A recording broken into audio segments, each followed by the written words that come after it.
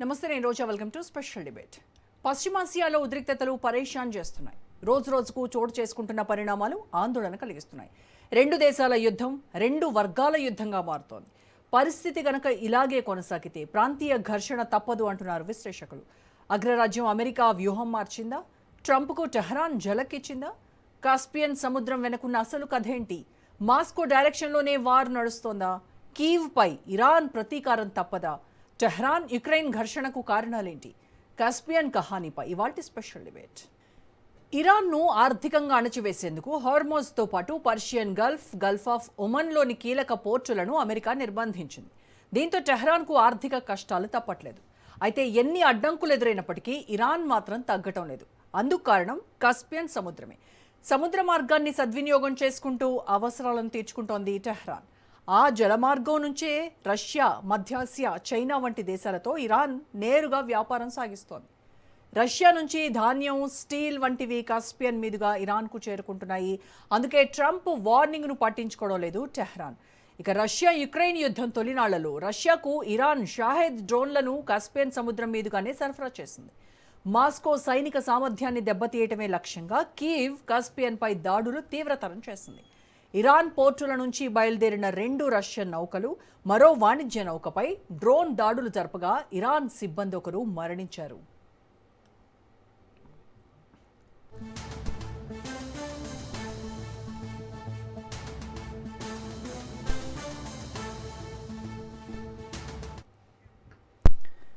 ఇరాన్కు ఉత్తరాన కాస్పియన్ సముద్రం ఉంది. వాస్తవానికి ఇది సముద్రం కాదు, సరస్సు. విస్తీర్ణం భారీగా ఉండటంతో పురాతన కాలం నుంచి గ్రీకులు, పర్షియన్లు దీన్ని సముద్రంగా భావించారు. కాలక్రమంలో అదే పేరు స్థిరపడిపోయింది. ప్రపంచంలోకెల్లా అతిపెద్ద సరస్సు ఇదే. దీనికి ఇరాన్, రష్యా సహా 5 దేశాలు సరిహద్దులుగా ఉన్నాయి. రష్యా, ఇరాన్ మధ్య ద్వైపాక్షిక రక్షణ సహకారానికి ఎలాంటి ఒప్పందం లేదు. కానీ సైనిక పరంగా, ఆర్థికంగా పరస్పర సహకారం అందించుకుంటున్నాయి. ఆ కార్యకలాపాలకు కాస్పియన్ సముద్రం వ్యూహాత్మకంగా పనిచేస్తోంది. జలమార్గం నుంచే టెహ్రాన్కు డ్రోన్ విడిభాగాలను మాస్కో ఎప్పటికప్పుడు చేరవేస్తోంది.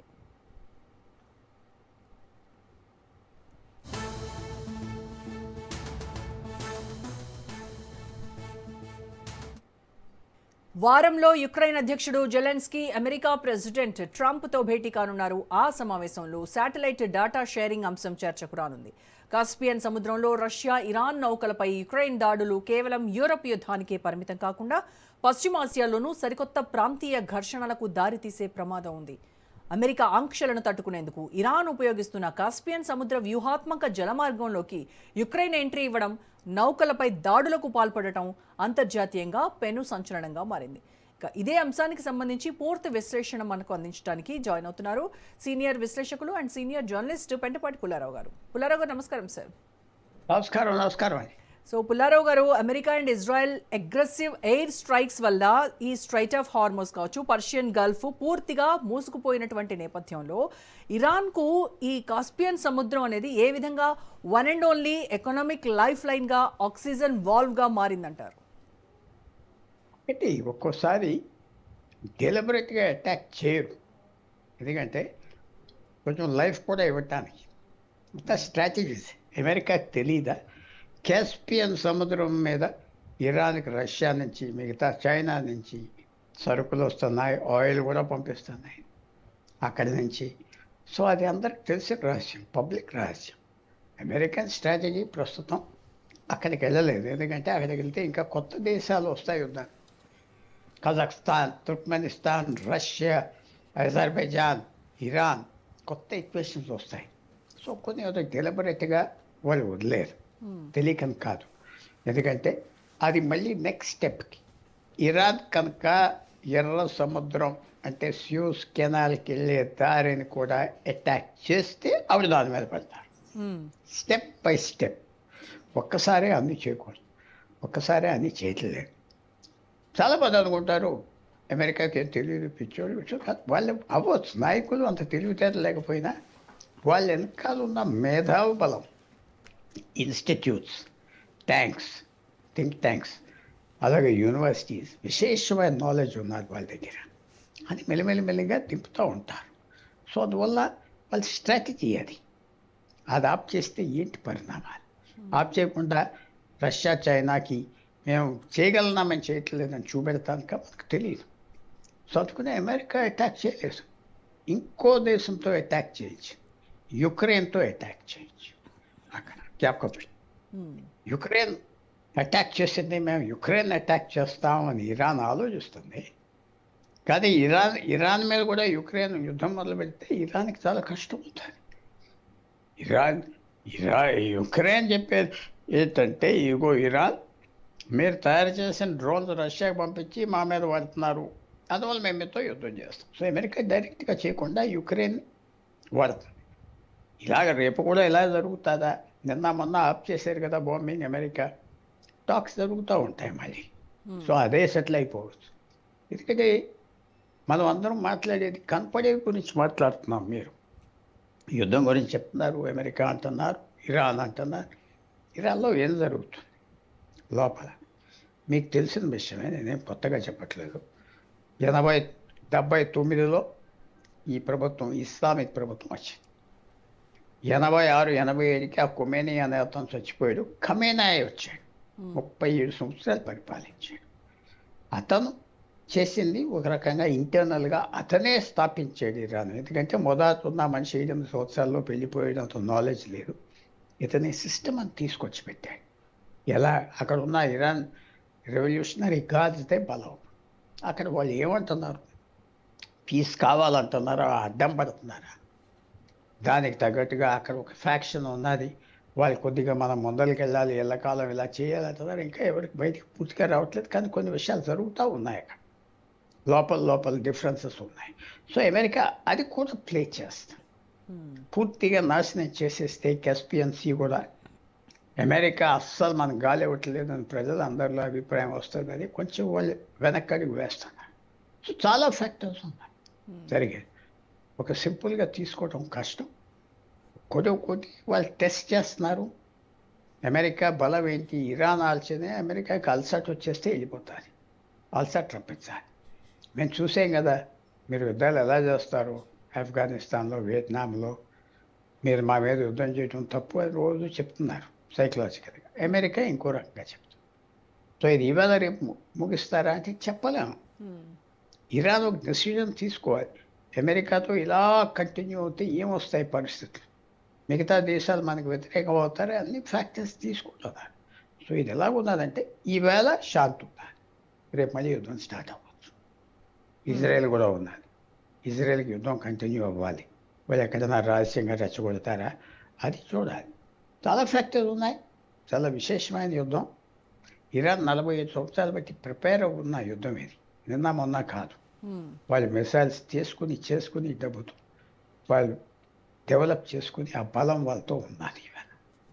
ఇరాన్ ఏమి యాక్సిడెంటల్ ఫోర్స్ కాదు, సడన్గా తెలియక అంత బలం ఉన్నదా వాళ్ళకి అనుకోవడం కాదు. వాళ్ళు డెవలప్ చేశారు ఈ స్థితి. మనం ఇంత బ్యాలిస్టిక్ మిసైల్స్ డెవలప్ చేస్తే మన న్యూక్లియర్ బాంబు తయారు చేసుకోవటానికి వీలు ఉంటుంది. ఇక్కడ నుంచి మీరు మాకు అర్థం వస్తే ఫ్రాన్స్ అక్కడ కూడా బాంబులు వేసేస్తాం, మాకు లెక్కలేదు. ఆ బాంబు మన చేతిలోకి వస్తే మన ప్రపంచమే మారిపోతుంది. ఇరాన్ ఆలోచన. సో ఇవన్నీ ఇక్కడ జరుగుతూ ఉన్నప్పుడు అమెరికా కూడా తెలుసు. మనం ఇవాళ మాట్లాడేది మనకంటే 1000 times ఎక్కువ తెలుసు. కానీ ఏ ఫోర్సెస్ పనిచేస్తాయి, ఏ ఫోర్సెస్ పనిచేయవు మనం చెప్పలేం. యా, అయితే సార్ ప్రపంచంలోనే అతిపెద్ద అయినటువంటి ఈ ఇన్లాండ్ వాటర్ బాడీ అయిన కాస్పియన్, దానిపైన కేవలం కాస్పియన్ లిటోరియల్ స్టేట్స్ ఏవైతే ఉన్నాయో ఆ 5 స్టేట్స్కి సంబంధించి, 5 దేశాలకు సంబంధించి ఎక్స్క్లూజివ్ సావర్నిటీ కావచ్చు, లీగల్ కన్వెన్షన్ స్టేటస్ కావచ్చు, ఇవన్నీ ఉండటం వల్ల వాషింగ్టన్ విధించినటువంటి ఈ కఠినమైన ఎకనామిక్ శాంక్షన్స్ని, ఇటు ఫైనాన్షియల్ ఎంబార్గోస్ని కావచ్చు, వీటిని టెహరాన్ అండ్ మాస్కో కంబైన్గా ఎలా బైపాస్ చేస్తున్నాయి? మాస్కోకి దగ్గర అదర్ సైడ్ కాస్పియన్ సముద్రం మీద మాస్కో దగ్గర ఉన్న కొన్ని వస్తువులు ఏదో కావాలి, సప్లై చేస్తుంది. ఏం చేస్తుంది అని బయటకు ఇంకా రాదు. చైనా కూడా చేస్తుంది, మాస్కో ద్వారా చేస్తుంది, రైల్వే ద్వారా చేస్తున్నారు ఊపిరి పీల్చుకోవటానికి. ఇరాన్కి సప్లై చేస్తున్నారు, ధైర్యం ఇస్తున్నారు, అది చేస్తున్నారు. వాళ్ళు ఎందుకు చేయరు?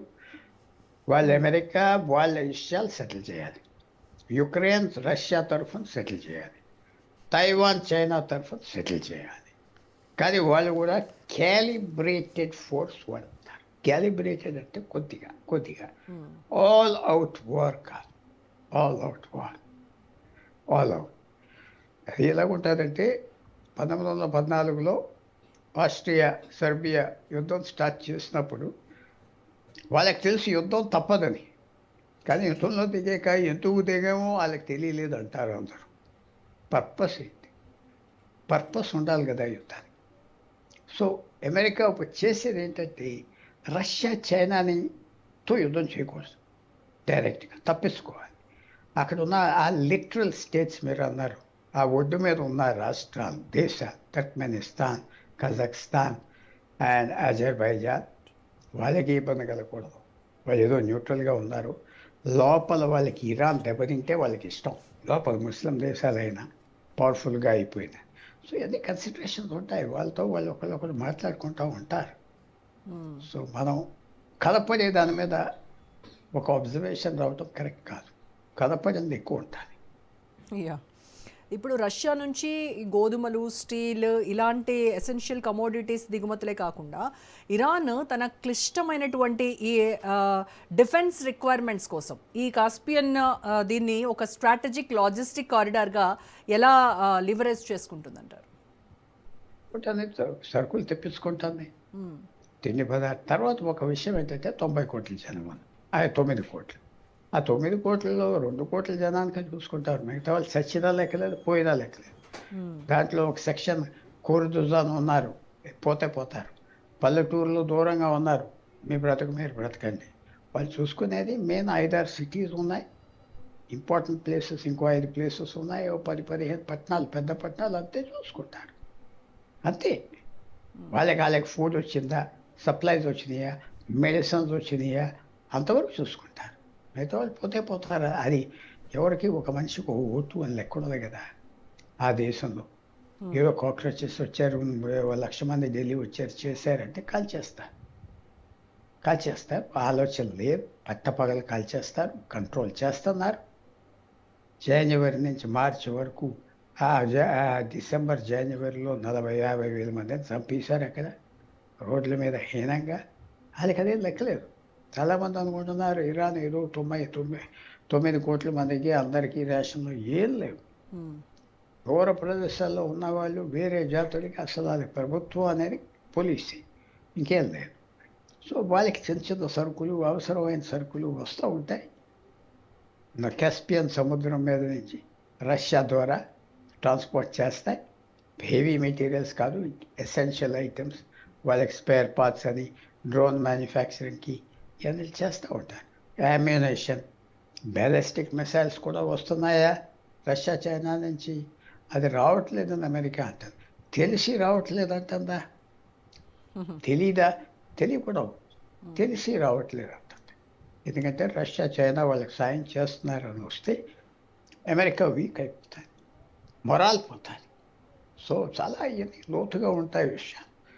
ఇది ఓపెన్గా డీల్ చేసేది ఎవరు డీల్ చేయరు.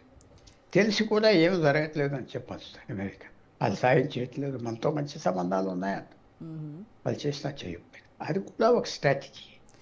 మనకి చేయకపోయిన మినిస్టర్ దగ్గరికి వెళ్ళినా బాగా సాయం చేసేదంటే వాడు మళ్ళీ డ్యామేజ్ కూడా చేయడు కదా, తగ్గిపోతాడు. సో ఇవన్నీ ఉంటాయి. ఇక్కడ అంజలి పోర్ట్ వంటి వాటి ఆపరేషనల్ రోల్స్ ఎలా ఉంటాయి సార్? ఏదండి? అంజలి పోర్ట్ అన్నీ ఉంటాయి, మామూలే పోర్ట్స్. అమెరికా ఒక్క సాయంత్రం నిర్ణయం తీసుకుని ఆ పోర్ట్స్ని బాంబ్ చేసేస్తే ఫినిష్. కానీ ఆ పోర్ట్స్లో చైనీస్ వెసల్స్ ఉన్నాయా, రష్యన్ వెసల్స్ ఉన్నాయా, వాళ్ళు డ్యామేజ్ అవుతాయి, ఏమవుతాయి అని చూసుకుంటారు. లేనప్పుడే చేస్తారు. ఆ నిర్ణయం ఇంకా అమెరికా తీసుకోలేదు. తీసుకుంటే ఎంతో పని కాదు, తీసుకోలేదు, తీసుకోకూడదని వాళ్ళ ఆలోచనలు, వాళ్ళ వ్యూహాలు జియో పొలిటికల్గా అంటే పక్క దేశాల మీద ఏముంటాయి, ఎన్నో ఉంటాయి వాళ్ళు. సో తీసుకోలేదు. తీసుకుంటే చేస్తారు. ఈ యుద్ధం కనుక కంటిన్యూ అవుతే తప్పకుండా చేస్తారు ఫ్యూచర్. సార్ మనకు తెలుసు రష్యాకు ఎర్లీ డేస్లో ఈ యుక్రెయిన్ తో వార్ సందర్భంగా రష్యాకు ఇరాన్ ఏంటంటే అప్పుడు షాహిద్ సూసైడ్ డ్రోన్స్ అని చెప్పేసి వాటిని భారీగా సప్లై చేస్తుంది. సో ఇప్పుడు అదే మాస్కో నుంచి ఈ డ్రోన్ కాంపోనెంట్స్ని ఎలా వెనక్కి తెచ్చుకుంటుంది? తెచ్చుకుంటే ట్రైన్ మీద తీసుకొస్తారు, షిప్ మీద పెడతారు. అది విశేషం ఏంటంటే ఆ మ్యాప్ చూస్తే ఆఫ్ఘనిస్తాన్ ఎంతో దూరంలో లేదు, కాస్పియన్ సముద్రం. ఎందుకు డెవలప్ చేసుకోలేదు రూట్, రూట్ ల్యాండ్ లాక్డ్ అయిపోయారు పాకిస్తాన్ మధ్యన. అది చాలా దగ్గర ప్రదేశం. వాళ్ళు ట్రైన్ల మీద తెచ్చుకుంటారు, పార్ట్స్ స్మగుల్ చేస్తారు, దాస్తారు. డ్రోన్స్ లాగా వేల డ్రోన్స్ తెప్పించుకుని ఉంటారు, బ్యాలిస్టిక్ మిసైల్స్ చైనా నుంచి. చాలామంది అనుకుంటారు పాకిస్తాన్ న్యూక్లియర్ వెపన్స్ డెవలప్ చేసిందంటే చైనా తీసుకెళ్ళి ఇచ్చిందంతే. చైనా ఇచ్చిన వాళ్ళ దగ్గర అంత నాలెడ్జ్ ఉన్నదా? నాలెడ్జ్ బేస్ ఉన్నదా? 20 సంవత్సరాలు 30 సంవత్సరాల క్రితం అలా డెవలప్ చేసేటానికి ఒక రైల్వే కంపార్ట్మెంట్ చేయలేని దేశం, ఒక రైల్వే లోకోమోటివ్ చేయలేని దేశం ఇచ్చారు. ఇవాళ ఏదో కష్టపడి ఏదో ఇరానియన్స్ చేసేస్తున్నారంటే చైనా వాళ్ళకి సాయం చేస్తుంది. చైనా బాంబులు ఇచ్చి ఉంటుంది, అటామిక్ వెపన్స్ ఇచ్చి ఉంటుంది. కానీ ఇవ్వనట్టుగా నటించి వీళ్ళే ఏదో డెవలప్ చేస్తున్నాం అని చేస్తాం. చైనాకి ఈ విషయంలో చాలా అసహ్యంగా ప్రపంచంలో న్యూక్లియర్ వెపన్స్ పాకటానికి కారణం చైనాయే.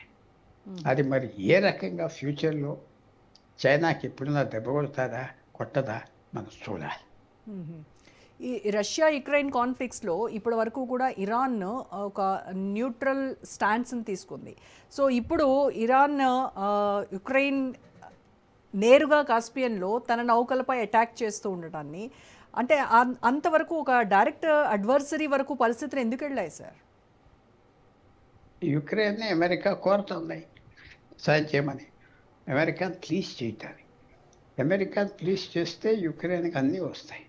డొనాల్డ్ ట్రంప్కి ప్లీజ్ చేయటానికి చేస్తున్నారు, అడిగారు, చేస్తున్నారు. తర్వాత యుక్రెయిన్ మీద ఇరాన్ అది ధైర్యంగా యుద్ధానికి వస్తుందా? రాదు. రష్యాయే ఆగట్లేదు, ఇరాన్ ఏం ఆగుతుంది? యుక్రెయిన్ ఒక పూర్వం 2000 సంవత్సరాలు 3000 సంవత్సరాల చరిత్రలో వారియర్ నేషన్ అంటారు. ప్రతి ఒక్కరు సైనికుడు, వార్కి పెరిగారు, వారికి పుట్టారు. అలా తయారైంది యుక్రెయిన్. సో యుక్రెయిన్తో దెబ్బలాట పెట్టుకుంటే ఇరాన్కి చాలా దెబ్బతినేస్తారు. వాళ్ళు ల్యాండ్ ఫోర్స్ కూడా పంపగలరు, వాళ్ళు అక్కడ ల్యాండ్ చేయించుకొని. సో చూడాలి ఇరాన్ రియాక్ట్ అవుతుంది, మగొడితనం చూపెడతానుక లేకపోతే ధైర్యం చూపెడతానుక. అది అంత సెన్సిబుల్ నిర్ణయం అవ్వదు యుక్రెయిన్ కనుక ఇన్వాల్వ్ చేస్తే. ఓకే, అంటే కీవ్కు తగిన రిటాలియేషన్ ఇస్తాం అని చెప్పేసి టెహరాన్ ఇస్తున్నటువంటి థ్రెట్ని అంటే సీరియస్గా తీసుకోవాలా, లైట్ తీసుకోవాలా? అంటే ఒక dangerous geo political spill over risk ఏమైనా ఉందంటారా దీంట్లో? చాలా రిస్క్ ఉన్నది. కానీ యుక్రెయిన్కి భయపడుతుందా? రష్యాకే భయపడకపోతే వీళ్ళు ఎందుకు భయపడుతుంది? అమెరికా ఇరాన్ అంటే భయం ఏంటి? వాళ్ళ మీద పెద్ద యుద్ధగాళ్ళని కాదు. వాళ్ళకి భయం ఏంటంటే వాళ్ళ సివిలియన్స్ చచ్చిపోతే ఒక 100 మంది అమెరికన్ సున్నా అయిపోతారు. ప్రెసిడెంట్ ఆగలేదు, అది ధైర్యం లేదు. అన్పాపులర్ వార్ కాబట్టి మన యుద్ధం కాదని. అది యుక్రెయిన్స్ కాదు, ఎక్కడ ఉంటుంది?